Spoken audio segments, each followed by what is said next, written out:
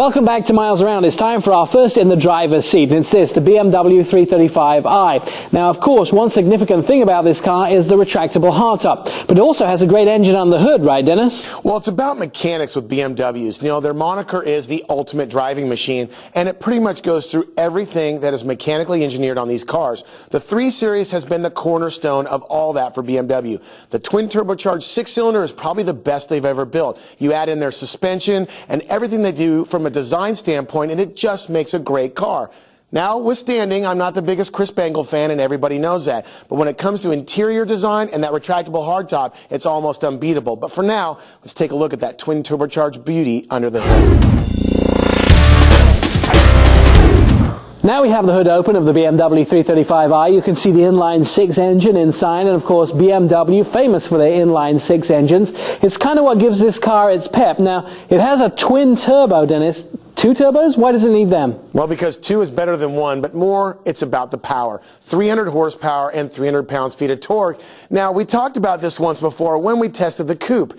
It's really not the technology that's about the turbos. It's 2 because less lag, it's more direct on the boost, but it's more about the piezotronic fuel injection system. Now, I could go into eons and just decades of talking about how absolutely phenomenal this is. It's a way that it controls the spray and the cone of the fuel management system going into the combustion chamber. Okay, let's just throw all that out the window. It means this. It means constant power when you need it, whether you're at low RPMs or high RPM power. It's all right there for you. Now, great suspension, multi-link in the rear with independent in the front, and of course BMW brakes. This car does 0 to 60 in about 5.5 seconds, and it's limited to 150 miles an hour through an electronic governor. But really, do you ever really need to go that fast in the convertible?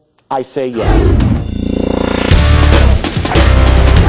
When it comes to styling in a new BMW, especially this 335i, it's a personal choice for me.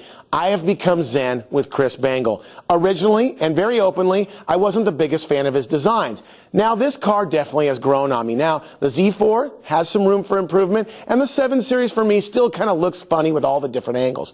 This car is the best looking Chris Bangle design yet. It has great lines that flow through the entire vehicle, and I think my co-host will agree. The side lines in the 335i are neat and clean and continuous all the way down. But something else about this car that really stands out, and that is the hardtop. When it's up, the vehicle looks just as good as when it's down. Now, I could name 5 vehicles in the same category that have retractable hardtops that really don't match that. In fact, when you tend to put the tops up in those vehicles, they just don't look good style-wise. In this one, top up, top down, I'd be proud to drive it anywhere. Now that we're going to move into the interior of the 335, we're going to perform a test that we jokingly performed with the Jaguar XK. Now, moving in and out of a convertible might be a little easier with the top down, but for me to jump into the back of a full-size car, sit down at 6'2" and 250 pounds and have plenty of leg room. Hell, Nick, you can even put the seat back a couple inches. And you know something else about this car is I'm not particularly cramped up front either with giving Dennis a little bit of extra leg room. The interior is so nice of this car. I find it really hard to find anything I would want in this car that isn't already here. The controls, the Bluetooth, the paddle shifters, it really is a nice piece of German engineering. Now that I've jumped out of the back seat of this 335i convertible, I have to bring up something that I think is the most important part of this new retractable hardtop.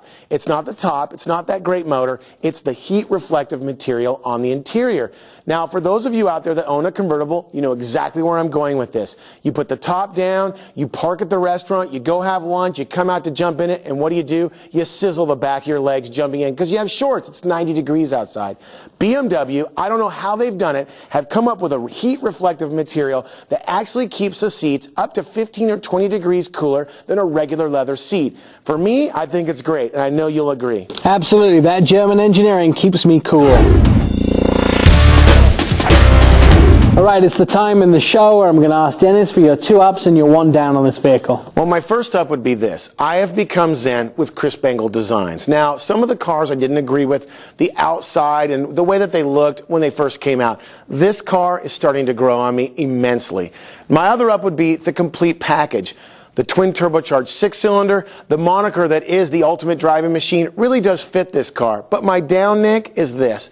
This car, for the buyer and for the dealer, is optioned out a little bit weird for me. It's a $59,000 automobile. Why would someone walk into a dealership and start checking off option boxes? And why would the dealer stock any vehicle but that doesn't have everything there already? Why should you check up for the sport suspension, the great seats, or a navigation system? For me, the pricing structure doesn't make sense. They should come loaded, they should come with everything, and they should just be sitting on the showroom floor.